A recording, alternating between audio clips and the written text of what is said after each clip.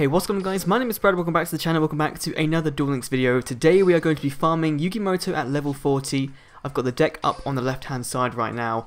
I am recording this commentary post recording, so I'm just going to be talking about the deck and what we're going to be using, because I was really just sort of like in a rush. So Yugi only shows up a little bit, and I was just in a rush to get him to try and test out this deck. But it's a variant on the deck we used for Pegasus, actually. It's, again, using the Unhappy Girl, and this time it's using a couple of cards which it's a bit more of an expensive deck for starters. You're going to need access to a high-powered fusion material monster, so something like Black Skull Dragon or Master of Oz, that will work as well. Anything that's got, you know, a decent amount of attack points, because the aim of this deck is going to be to summon out your Unhappy Girl, obviously attack into all of your opponent's monsters, and then just stop them from summoning anything, and then wait till your last turn, fusion summon, play Piranha Army, and just power up your Piranha. But there's a difference here. Yugi has a ton of cards in this deck that just like to destroy things or return things to your hand. I can't think of the Monster Guardian Sphinx on screen right now. If it's flipped face up via its effect, it will return all monsters on your field to your hand, which you don't really want, because then obviously Yugi can go for a great direct attack on you and probably go for game. So whenever he plays a monster in face down defense mode, feel free to attack into it with Unhappy Girl. Don't, you know, just nothing bad's gonna happen, because it's not a flip effect monster, which is great, but it is a monster that's effect will activate if you don't do otherwise, which and at the end of this video you'll see that I actually forget that completely, and I do have my monsters returned back to my hand, but this doesn't affect the farm, luckily. Now another card we're using here is Crystal Seer, which is great because when it's flipped face up you get to mill the top two cards of your deck, and then you get to choose one to add to your hand and one to put on the bottom of your deck, so you always know the card that's going to be on the bottom of your deck. So as long as you can make sure it's something like a Rai-Mei or a spell card that you're not going to use until the very end of the your last turn, then that's great. But also we're running Riryoku Field, and now the reason is because Yugi actually runs 2 auditor charges in this deck, which obviously, as I'm saying, just come up right now, which again is just going to be an easy negate, so Yugi can't actually play those cards. Now, this deck is great. Next, Abyssal Designator. We're running purely for Spear Karibo, so you want to obviously choose a Dark Fiend type monster. He has one of those in his deck. In this duel, he had it in his hand, so I think, or in his deck. But again, you just want to get rid of that. Get rid of all of his options that he has to be able to defeat you. Now, I believe the one option that I didn't cover in this video was Mega Rock Dragon. I believe that's the card name.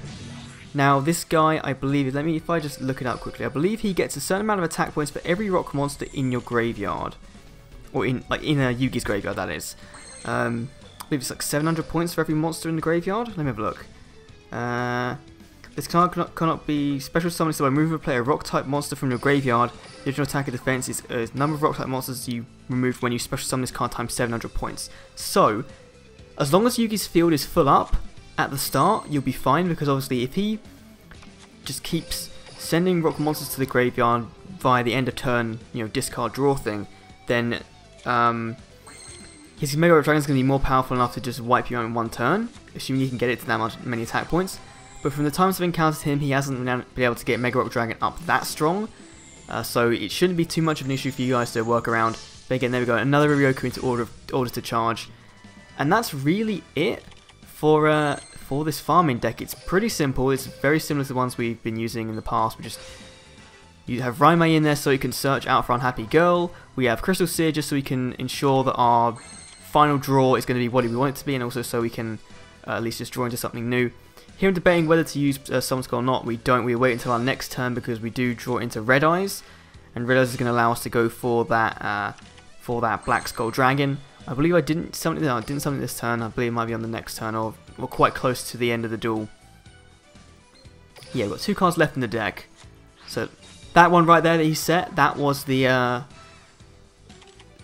his Guardian statue, or Guardian Sphinx, sorry, that I don't attack into. You'll see here, thankfully I don't fusion summon. If you're ever worried, just leave the fusion summon until the last turn. You can run Polymerization instead of Fusion Gate. I'm just running Fusion Gate just for the hell of it. It was the first thing that came up in my the deck editor. So there, Guardian Sphinx is returning those cards to hand. Thankfully, it doesn't make any difference.